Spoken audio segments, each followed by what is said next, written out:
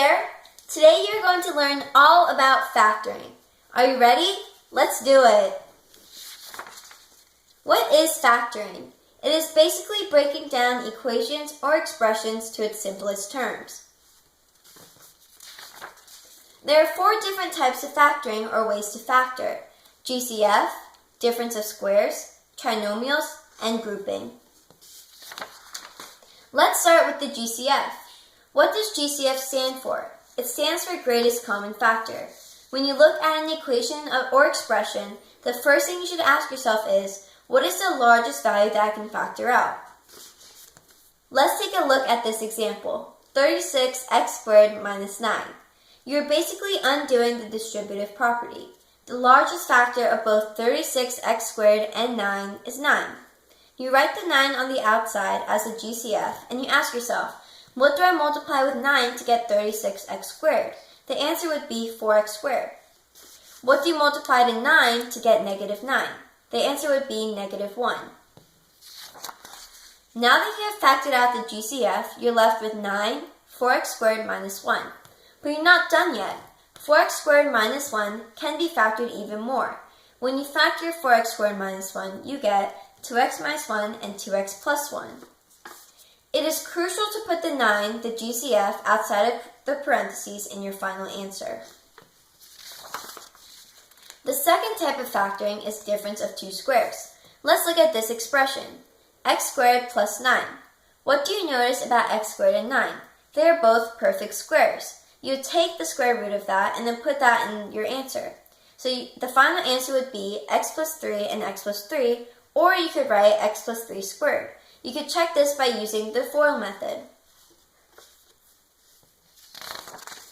The third type of factoring is trinomials.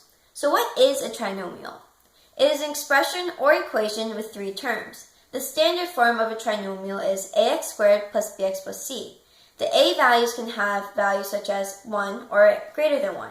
When a is equal to 1, it is going to be simple, but when a is greater than 1, it is going to be complex. If there is no number in front of the x, the a value is going to be 1.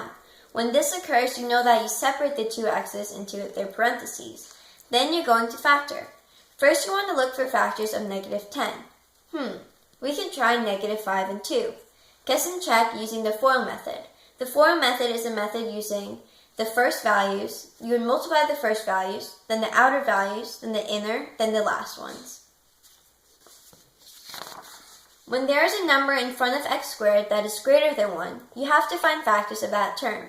Factors of 6 can be 6 and 1, or 3 and 2. Put that into the parentheses and then look for factors of negative 2. Negative 2 and 1 work. You can always guess and check using the FOIL method.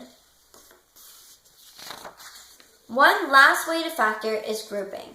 I know this scares a lot of people because it seems complicated, but don't worry, we got this. Think of grouping literally.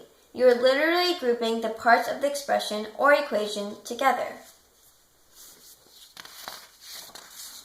Grouping can only happen if there's 4 or more terms. Let's look at this example. X squared plus 3x plus xy plus 3y. The first step is separating the 4 terms into 2 groups. The first half will be a group and the second half will be another group. Once you have separated, you want to find the GCF of both groups. Let's start with the first group. What can you factor out of x squared and 3x? X.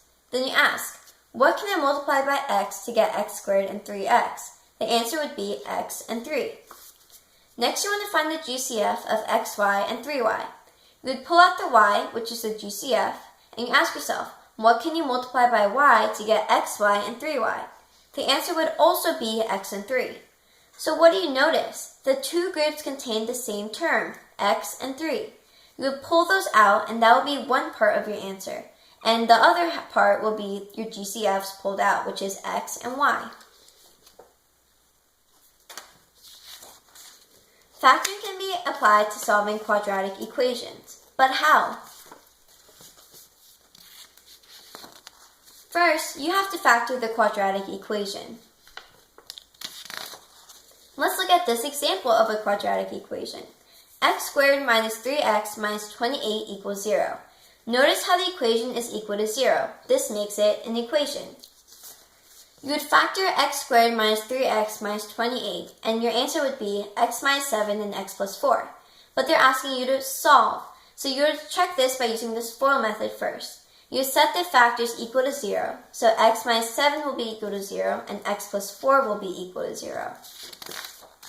Once you have done that, you want to isolate the variable. With x minus 7 equal to 0, to isolate the variable, you must add 7 to each side. You're then left with x is equal to 7. This is going to be one of your solutions. To isolate the variable for x plus 4 equals 0, you must subtract 4 on both sides. You're left with x is equal to negative 4. Your two solutions to the quadratic equation would be 7 or negative 4. We did it! You have mastered factoring. Now go out into the world and factor your heart out.